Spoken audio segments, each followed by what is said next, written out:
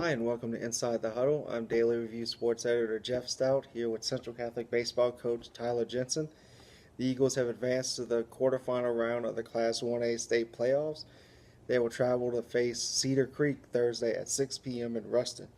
Coach, before we get to the next round, talk a little bit about that Grand Lake game. Obviously, you had the weather factor. You guys had to stay mentally tough, and a Grand Lake team, granted, you probably didn't play up to your potential fully, but you had a Grand Lake team that was probably better than a 16 seed. No doubt. Whenever I talked to that coach leading up to the game, he told me he thought they were a top five seed. Those guys are talented. They did a lot of little things right. I've said it all along that they reminded me a lot of us early on when I got here. They did a lot of little things right, bunted guys over. They put us in some tough spots.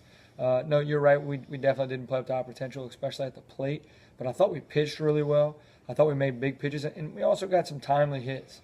Adam Dupuy early in the game with a big two-run double. Some guys making some clutch plays, and we overcame a lot. The rain delay, I think I overcame more than the guys did, just with the stress of scheduling the game.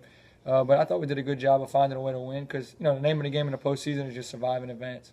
Mm-hmm. Now you got Cedar Creek. Obviously, you had to make that trip because they upset number 8 St. Martin's. They're number 9 seed. Long road trip to Ruston, but you got an experienced group. Yeah, and me and some of the coaches were talking about it. Nobody likes to travel 4.5 hours away to play a game. But one thing about this team is I think we might be made better to play on the road. They genuinely like being around each other, even if they aggravate each other. But they genuinely enjoy it.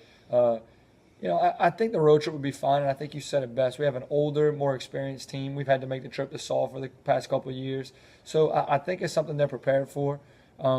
It's just going to be how do we handle the in-game stuff. I'm not so much worried about the 4.5 hour ride as I am how we're going to play in general. But the travel itself isn't too bad. I think it'll affect the fans more than it'll affect us as players. Obviously, you got that playoff game. You also got your friend Coach Haddocks that you're good friends with. Talk a little bit about I guess what it's like to face a friend, and also the game and what Cedar Creek offers. Coach Haddocks is a really good guy. He's kind of my contact up north. I'm his contact in the south, just about teams. But a lot of times we talk about other things besides baseball. He and I both are kind of the same in that we're not the type of guys that just want to talk baseball all the time. He's a really good guy. I was hoping to avoid them, not only because we're friends, but because I think they're a really good team.